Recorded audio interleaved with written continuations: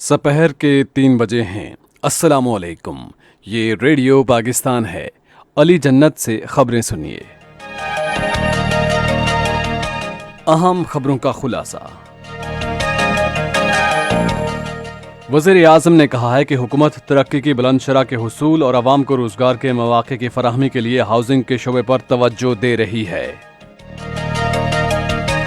वज़ीर इत्तलात ने कहा है कि पाकिस्तान तहरीक इंसाफ का 50 लाख घरों की तामीर का वादा हकीकत में बदल रहा है।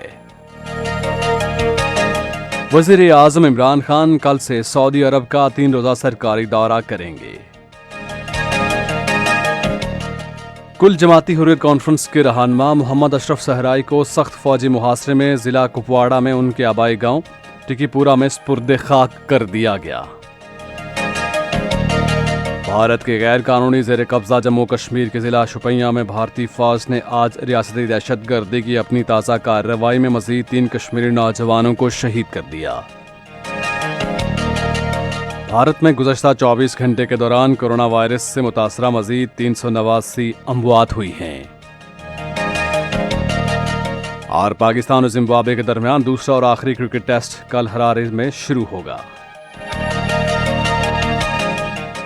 और अब खबरें तफसील के साथ। वज़ीर आज़म इमरान खान ने कहा है कि हुकूमत तरक्की की बुलंदशरह के हुसूल और आवाम को रोज़गार के मौक़े की फराहमी के लिए हाउसिंग के शोबे पर तवज्जो दे रही है। वो रायविंड में कम लागत housing scheme Punjab peri urban के तहत एक हाउसिंग मनसूबे का संग बुनियाद रखने के बाद तकरीब से खिताब कर रहे थे। उन्होंने कहा कि हुकूमत का कम लागत घरों की तामीर का इक़दाम मुल्क में इनकलाब का आगाज़ है, जिससे आम आदमी समेत तनख्वाहदार तबका अपने घर का मालिक बन सकेगा और तामीराती शोबा तरक्की करेगा। उन्होंने कहा कि पेरी अर्बन हाउसिंग स्कीम के तहत ऐसे इलाकों में घर तामीर किए जा रहे हैं जहां उनकी तामीर का तसव्वुर भी नहीं किया जा सकता था। वज़ीर आज़म ने कहा कि हुकूमत ज़राई शोबे की तरक्की के लिए इक़दामात कर रही है और नई तकनीकों और टेक्नोलॉजी के ज़रिए इस शोबे को जदीद खतूत पर उस्तवार किया जाएगा। उन्होंने कहा कि अवाम आने वाले दिनों में मौजूदा हुकूमत की पॉलिसियों के मुस्बत नताइज देखेंगे। वज़ीर आज़म ने कोरोना वायरस की तीसरी लहर से निमटने के लिए अवाम को एहतियाती तदाबीर पर अमल करने की हिदायत की है। उन्होंने कहा कि आइंदा 2 हफ्ते इंतहाई अहम है, जिनमें हमें कोरोना से मुतासरा मरीजों की तादाद में कमी लाना है। ये उसी सूरत मुमकिन है अगर लोग मास्क पहनें। इत्तलात और नशरियात के वज़ीर चौधरी फवाद हुसैन ने कहा है कि पाकिस्तान तहरीक इंसाफ का 50 लाख घरों की तामीर का वादा हकीकत में बदल रहा है। आज एक ट्वीट में उन्होंने कहा कि वज़ीर आज़म के हाउसिंग के प्रोग्राम के तहत बैंकों को 52 अरब रुपए के कर्ज़ों के लिए दरख्वास्तें मौसूल हुई हैं। उन्होंने कहा कि 12 अरब रुपए तकसीम किए गए हैं। वज़ीर इत्तलात ने कहा कि नया पाकिस्तान बनाने की तरफ शुरू किए गए सफ़र में अब तेज़ी आ रही है। पंजाब के वज़ीर आला उस्मान बुज़दार ने आज लाहौर में वज़ीर आज़म इमरान खान से मुलाकात की और तरक्याती मनसूबों समेत सूबे की मजमूई सूरत हाल से मुताल्लिक उमूर पर तबादला ख्याल किया। वज़ीर आज़म इमरान खान कल से सऊदी अरब का 3 रोज़ा सरकारी दौरा कर रहे हैं। वो ये दौरा सऊदी अरब के वली अहद शहज़ादा मोहम्मद बिन सलमान बिन अब्दुल अज़ीज़ की दावत पर कर रहे हैं। वज़ीर ख़ारजा और काबीना के दूसरे अरकान समेत आला सतह का एक वफ़द वज़ीर आज़म के हमरा होगा। वज़ीर आज़म अपने दौरे के दौरान सऊदी अरब की क़यादत से मईशत, तिजारत, सरमायाकारी, तवानाई, पाकिस्तानी कारकुनों के लिए रोज़गार के मौक़े और सऊदी अरब में पाकिस्तानी बरादरी की फ़लाह व बहबूद समेत 2 तरफ़ा ताउन के तमाम शोबों पर मुशावरत करेंगे। फ़रीक़ैन बाहमी मफादात के इलाकाई और आलमी उमूर पर भी तबादला ख्याल करेंगे। तवक्को है कि दौरे के दौरान 2 तरफ़ा मुआहिदों और मुफ़ाहमत की मुद्दातिद यादाश्तों पर दस्तखत किए जाएंगे।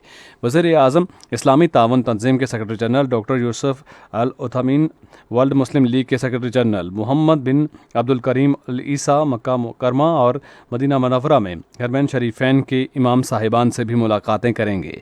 वो जद्दा में पाकिस्तानी बरादरी से भी मुलाकात करेंगे। सदर मुमलिकत आरिफ अलवी और वज़ीर आज़म इमरान खान ने कुल जमाती हुर्रियत कॉन्फ्रेंस के सीनियर रहनुमा और तहरीक हुर्रियत जम्मू कश्मीर के चेयरमैन अशरफ सहराई के इंतकाल पर गहरे दुख और अफसोस का इजहार किया है। आज एक बयान में सदर ने कश्मीरियों की हक़ खुद इरादत की जिद्दोजहद में उनके किरदार पर उन्हें ज़बरदस्त खराज अक़ीदत पेश किया। उन्होंने कहा कि भारत की रियासती दहशतगर्दी और ज़ालिमाना हथकंडों के खिलाफ मोहम्मद अशरफ सहराई की जिद्दोजहद को हमेशा याद रखा जाएगा।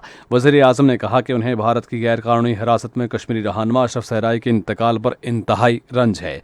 उधर वज़ीर ख़ारजा शाह महमूद कुरैशी ने भी उनकी वफ़ात पर गहरे दुख और अफसोस का इजहार करते हुए अशरफ सहराई ने کہا کہ کشمیریوں کی جدوجہد میں انتہائی نمایاں خدمات انجام دی اور زندگی بھر بھارتی مظالم برداشت کیے۔ محمد اشرف صحرائی کو سخت فوجی محاصرے میں کپواڑہ کے علاقے لولاب میں ان کے آبائی گاؤں ٹکی پورہ میں سپرد خاک کیا گیا ہے۔ ادھر بھارتی فوج نے آج ضلع شوپیاں میں ریاستی دہشت گردی کی اپنی تازہ کارروائی میں مزید 3 کشمیری نوجوانوں کو شہید کر دیا۔ بھارتی فوج نے ضلع کے علاقے امام صاحب میں محاصرے اور تلاشی کی کارروائی کے دوران نوجوانوں کو شہید کیا اور ضلع میں انٹرنیٹ سروس بھی معطل کر دی ہے۔ یہ خبریں آپ ریڈیو پاکستان سے سن رہے ہیں۔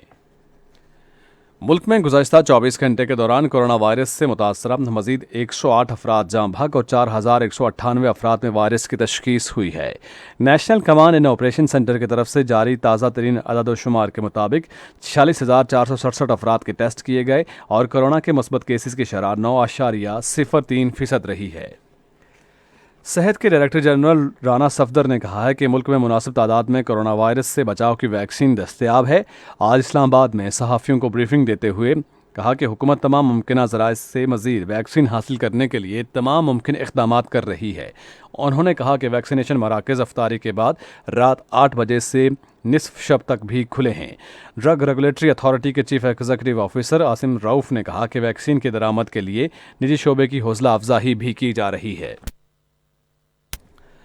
بھارت میں گزشتہ 24 گھنٹے کے دوران کورونا وائرس کے باعث اب تک سب سے زیادہ 3,980 اموات ہوئیں، جبکہ 4 لاکھ سے زائد افراد میں وائرس کی تشخیص ہوئی ہے۔ ملک میں کورونا وائرس کے مریضوں کی تعداد 2,10,00,000 سے تجاوز کر گئی اور اموات کی مجموعی تعداد 2,30,000 سے زائد ہے۔ چین نے گروپ 7 کے وزیر خارجہ کے تائیوان کی حمایت سے متعلق بیان کی مذمت کرتے ہوئے اسے چین کے داخلی معاملات میں صریحاً مداخلت قرار دیا ہے۔ آج بیجنگ میں گفتگو کرتے ہوئے چین کی وزارت خارجہ کے ترجمان ون وینبنگ نے کہا کہ بیان میں بے بنیاد الزامات لگائے گئے ہیں جو انتہائی قابل مذمت ہیں۔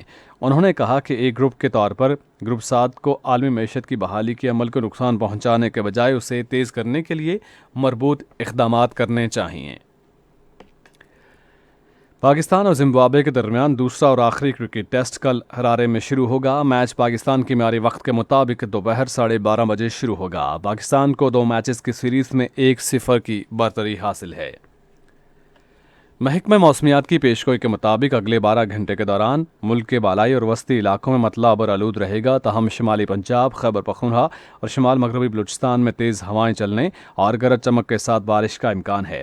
پوٹھوہار کے خطے، گلگت بلتستان اور کشمیر میں اسی عرصے کے دوران کہیں کہیں گرج چمک کے ساتھ بارش متوقع ہے، جبکہ ملک کے دوسرے حصوں میں موسم خشک رہے گا۔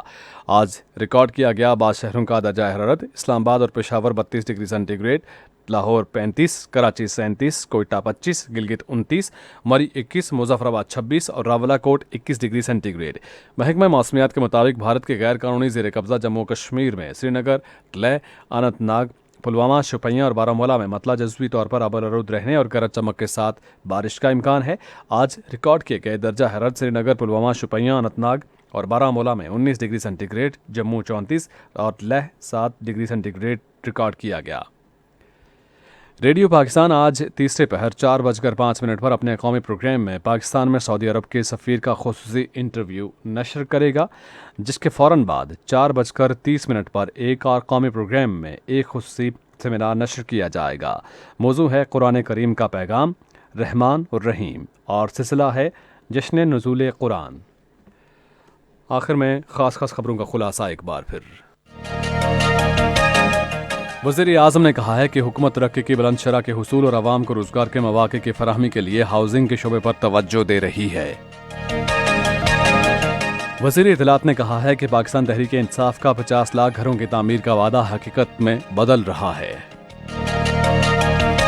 وزیر اعظم عمران خان کل سے سعودی عرب کا 3 روزہ سرکاری دورہ کریں گے۔ کل جماعتی حریت کانفرنس کے رہنما محمد اشرف صحرائی کو سخت فوجی محاصرے میں ضلع کپواڑہ میں ان کے آبائی گاؤں ٹکی پورہ میں سپرد خاک کر دیا گیا۔ اور پاکستان اور زمبابوے کے درمیان دوسرا اور آخری کرکٹ ٹیسٹ کل ہرارے میں شروع ہوگا۔ خبریں ختم ہوئی۔ مزید خبروں اور تجزیوں کے لیے آئیے ہماری ویب سائٹ پر radio.gov.pk اور فیس بک کے link radio Pakistan news official پر براہ راست ویڈیو اسٹریمنگ بھی ملاحظہ کیجیے۔